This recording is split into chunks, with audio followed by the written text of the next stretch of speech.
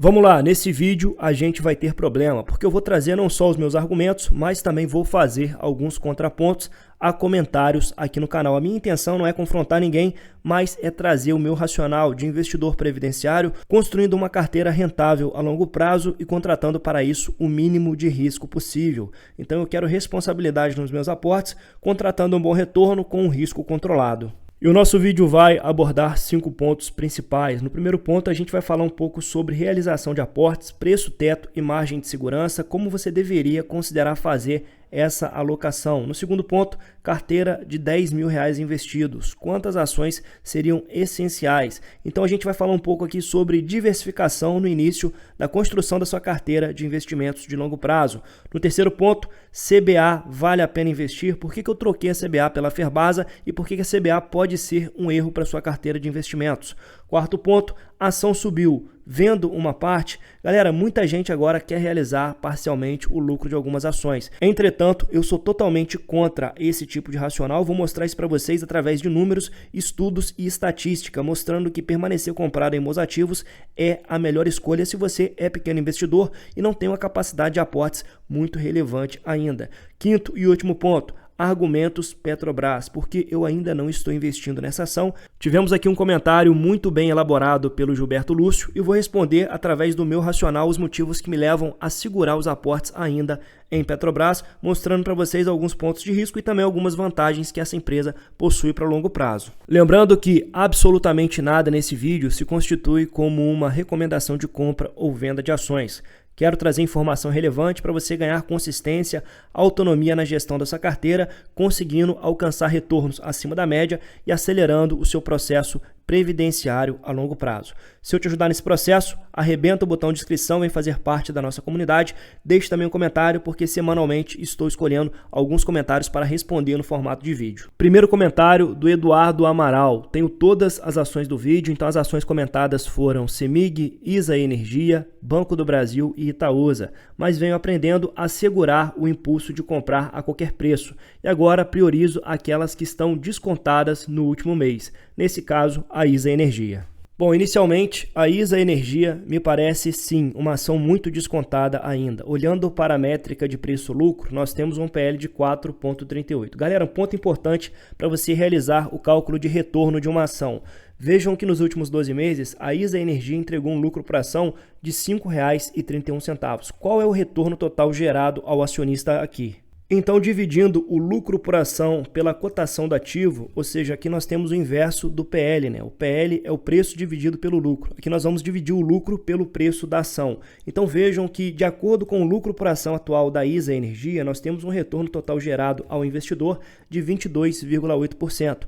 Significa que se a ISA repetir o lucro do ano passado, você tem um retorno total contratado muito acima da taxa básica de juros, né? Então nós temos aqui praticamente IPCA mais 17% se os lucros permanecerem estáveis. Pois vejam que a empresa gera um lucro IFRS de R$ 5,31 por ação, parte disso é repassado para você na forma de dividendos e a outra parte é reinvestida nas operações. Vejam que a ISA Energia segue investindo forte, participando de novos projetos e também investindo em projetos de reforços e melhorias. Então, esse reinvestimento dos lucros vai gerar na perpetuidade crescimento de receita e, obviamente, crescimento nos dividendos. E quando a gente pega a alocação de capital dessa companhia, é uma alocação muito eficiente. Ela consegue entregar os projetos com 9 meses de antecedência, com economia de custo na construção dessas torres, e tudo isso faz com que a ISA Energia trabalhe com uma margem muito elevada. Temos uma margem EBITDA de quase 70%. Então, é um setor muito defensivo para a carteira do investidor de longo prazo. Um cuidado especial é que em 2028 nós teremos um downside bem significativo da receita, o que vai mexer não só com a receita, mas também com os lucros, com as margens da companhia e também com a alavancagem. Agora, falando da questão de aportar na ação que ficou para trás. Muito cuidado ao realizar também essa análise, né, pessoal? Nem sempre a ação que ficou para trás é a sua melhor opção de aportes. Você tem que fazer um casamento entre os indicadores fundamentalistas, a cotação do ativo, mas principalmente os resultados. Por quê? Muitas vezes você terá lá uma ação entregando um crescimento de 40%, 50% do lucro na comparação anual, então você obrigatoriamente terá que elevar o preço teto para aportes nessa ação, senão você fica de fora do crescimento dos lucros na na perpetuidade. O que a gente quer é acumular número de ações pagando o mínimo possível por isso. E às vezes pagar barato não tem a ver com a cotação, tem a ver com diversas métricas, como resultados que a empresa vem apresentando e múltiplos históricos também. Para você que está meio perdido na questão do preço teto, da análise de ações, da projeção de dividendos, considere também assinar esse canal e por apenas R$ 4,99 vai ter acesso à minha planilha pessoal de ações, ações que eu seleciono para o investimento a longo prazo, com a minha projeção de dividendos e o meu preço teto pessoal para aportes. Lembrando que essa planilha não se configura como uma recomendação de investimentos, porém nós temos aqui uma fonte densa de informação para você melhorar, aprimorar o seu processo de análise, tomando as melhores decisões com seus investimentos. Na sequência, nós temos o comentário do Caio. Grande Machado, você acha que uma pessoa que tem menos de R$ 10.000 investidos, aportando R$ 400 por mês, ter 11 papéis é muita coisa? É melhor nesse início ter no máximo 4 a 6 papéis com esse valor? Vamos lá, primeiramente, a diversificação serve para te manter no jogo do longo prazo. Eventualmente nós vamos acertar uma CEMIG, um Banco do Brasil que vai acelerar o nosso processo de enriquecimento, mas também de vez em quando poderemos trazer uma ação podre para a carteira, como aconteceu no passado recente com as ações da Oi BR. Vejam que estamos falando de um setor best, setor de telefonia, que sempre pagou muitos dividendos aqui no Brasil, né? Então a Oi era conhecida no passado por pagar bons dividendos. Entretanto, isso não impediu que houvesse uma forte perda de fundamento e destruição de valor para os investidores. A mesma coisa aconteceu com a IRB. Então vejam que estamos falando de uma empresa do setor de seguros, que era líder de mercado aqui no Brasil. Inclusive, essa empresa já chegou a compor algumas das carteiras da Suno Research. Então vejam como tínhamos analistas especializados cobrindo ativo e nenhum deles identificou aquela fraude nos balanços. Então essa é a função primordial da diversificação através de ações e de setores. Vejam que o risco do seu portfólio vai se reduzindo de forma significativa até o número de 10 ações. Quando passa ali de 15 ações, não existe uma diferença tão grande na redução do risco, né? Então, na verdade, a partir de 15 ações, você está muito mais ali pulverizando o seu patrimônio do que, de fato, diversificando. Mas como estamos falando de um montante, de um capital ainda muito pequeno, você não precisa ter pressa para inserir 10 ações na carteira. Não, eu acho que o número interessante seria algo entre 4 e 5 ações, empresas que possuam um excelente histórico de resultados, comprando, é claro, essas empresas com desconto, né? Então o estado da arte é conseguir casar uma boa análise qualitativa, trazendo ações com padrão de qualidade acima da média e comprando com desconto frente ao valor intrínseco. Quando você consegue acertar essas duas gaivotas, você consegue de fato extrair maior rentabilidade da sua carteira com um risco contratado muito menor. Então para essa fase inicial de construção de carteira, com aporte de apenas R$ 400, acredito que um número entre 4 e 5 ações seria o ideal e com foco primordial para setores perenes. Então eu acho muito arriscado o investidor que está começando a construir carteira hoje já querer trazer para essa carteira empresas de commodities ou empresas mais cíclicas. Por quê? Porque isso vai exigir uma capacidade psicológica muito superior do que os setores mais perenes. Então no início você tem que evitar grandes erros para a construção dessa carteira. Depois de 3, 4 anos de mercado financeiro, entendendo a volatilidade e se acostumando com ela, você pode então se arriscar num setor aí de commodity. Entretanto, muito mais cuidado, já que esse setor é um setor muito mais fácil de nós cometermos erros, né? Então acertar um ciclo de commodity é algo que nem os analistas profissionais conseguem, quem dirá nós, os meros mortais, né? Então, foco primordial em setores perenes, com a diversificação de 4 a 5 ações, acho que seria a receita ideal para quem está começando. Vamos agora ao comentário do Ianto Costa. Machado, comenta sobre a CBAV 3. Lembro que você já teve em sua carteira, vem caindo recentemente, seria um bom momento de entrada? Pessoal, então agora que as empresas mais redondas, né, os bancos e as elétricas começam a andar bastante, o investidor começa a buscar oportunidades em outros setores, olhando para companhias que desidrataram nos últimos 6 meses, né, como é o caso aqui da Companhia Brasileira de Alumínios, que hoje segue cotada a R$ 4,14. Vejam que nós já tivemos sim essa empresa em carteira, nós compramos por R$ 4,65 em julho de 2023 e vendemos em maio de 2024 por R$ 6,69. Então esse é um dos fatores que estão gerando lucro de operações aqui para a carteira. Porém, foi um erro ter investido nessa empresa, tá? Então a gente tem que reconhecer os nossos erros aqui. Ela é uma empresa que não tem capacidade qualitativa para o carrego a longo prazo, devido a vários fatores, né? Então o alumínio é algo que é bem fácil de ser produzido, não só no Brasil, como outros países da América Latina. É uma empresa que não entrega consistência de lucros e acaba sendo refém também da dinâmica chinesa, né, da exportação de alumínio aqui para o Brasil. Então nós vemos a empresa reportando prejuízo, então eu não consideraria inserir novamente essa ação em carteira. E na época nós fizemos uma troca pelas ações da Ferbasa, né? Vejam que a Ferbasa é uma empresa que também carrega um risco adicional, porém é uma small cap que tem uma característica de monopólio hoje no mercado brasileiro. Então no continente americano, ela é a única empresa que consegue produzir o ferro-cromo de maneira totalmente verticalizada, tendo para isso algumas minas exclusivas, né? Além disso, é uma empresa que contribui muito mais com proventos.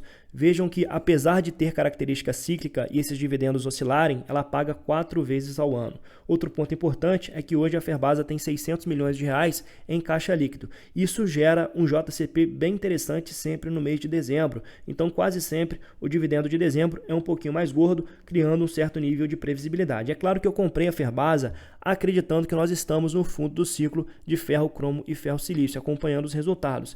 Inclusive, ela acabou derrapando no quarto trimestre de 2024. Eu quero acompanhar agora o primeiro trimestre de 2025 para ver se a gente vai ter uma retomada no preço praticado do ferro cromo no mercado externo. Esse é um gatilho muito essencial para a empresa voltar a entregar crescimento de lucros, receitas e EBITDA. E poderemos ter mais à frente uma retomada também dos dividendos. Aqui no preço sobre valor patrimonial histórico, a gente vê a companhia sendo negociada bem abaixo da média. Então atualmente a Ferbasa negocia um P sobre VP de 0,77, desconto de 23% no valor patrimonial desse ativo, reportando lucros e pagando sim alguns dividendos. Lembrando que é uma empresa mais arriscada, empresa cíclica, temos que acompanhar os resultados, inclusive eu pausei os aportes nela até que ela apresente novamente retomada de EBITDA. Para a galera do canal, vou liberar vídeo exclusivo para membros assim que a empresa reportar o resultado. Agora nós temos o comentário do Greg. Machado, uma dúvida. Se quando eu comprar uma ação ela não parar de subir, já passando dos 10% de rentabilidade, a melhor opção é continuar aportando, vender e pegar o lucro para aportar quando cair, se cair, ou apenas manter? Exemplo, Itaúsa. Se você é pequeno investidor, de família um pouco mais humilde, está lutando aí para chegar na classe média, construindo um padrão de vida que vai trazer para você uma vida um pouco mais confortável, a sua única forma de conseguir construir isso através de ações é acumulando o número de ações de empresas de qualidade e carregando a longo prazo. Não tem outra fórmula. Esse lance de querer vender ações só porque ela se valorizou vai levar você para um ciclo de giro frenético da carteira, diluindo rentabilidade e diluindo patrimônio. Então eu não concordo com muita coisa que o Baster fala no canal dele, mas talvez uma das máximas que eu carrego comigo é que tem que deixar quieto. Comprou uma excelente ação por um bom preço, você esquece na carteira e não fica mexendo. Você não está olhando para crescimento patrimonial agora, isso não vai acontecer no curto prazo. Mas no longo prazo você vai ter sim um retorno milagroso, como a Itaúsa gerou entre o ano de 2009 e o ano de 2025. Galera, o investidor que colocou 100 mil reais em Itaúsa lá em janeiro de 2009 conseguiu comprar na época 16.600 ações. De lá para cá esse investidor não tirou mais R$1 do seu bolso, ele só reinvestiu os proventos e aproveitou as bonificações. Agora vejam só o impacto do efeito bola de neve de carregar uma excelente ação a longo prazo. Esse investidor sai de um patrimônio de 100 mil reais para um total de R$1 milhão em 15 anos. E vejam como no início é bastante desafiador, né? Já que os proventos não crescem muito, ficam muito lateralizados e a impressão que você tem é de que não está saindo do lugar. Mas quando o efeito exponencial dos juros compostos começa a acontecer, a renda passiva cresce de forma muito vigorosa. Então vejam que no primeiro ano esse investidor recebe 6 mil reais em dividendos e vai receber em 2025 um total de 72 mil reais, né? Então um crescimento brutal simplesmente carregando as ações. É claro que o investidor fez o aporte aqui na saída de uma crise econômica, né? Na saída da crise de 2008. Então vejam como o impacto de comprar barato e carregar a longo prazo, ele gera sim um retorno exponencial para você. Aqui nós temos o retorno gerado por 4 empresas diferentes numa janela de tempo de 25 anos. Por que eu estou colocando 25 anos? Porque se você for depender do INSS, você vai aposentar com mais de 70 anos, né? Então são 60 anos de contribuição. Se você tivesse investido nessas ações numa janela de 25 anos, você já estaria muito bem aposentado, né, galera? Em apenas 25 anos, aceleraria aí o seu projeto previdenciário. Vejam que aqui a Klabin gerou 4.300% de retorno, o Itaú gerou 4.500% de retorno, Banco do Brasil 7.800% de retorno, Transmissão Paulista 11.000% de retorno e eventualmente você vai trazer um small cap para sua carteira.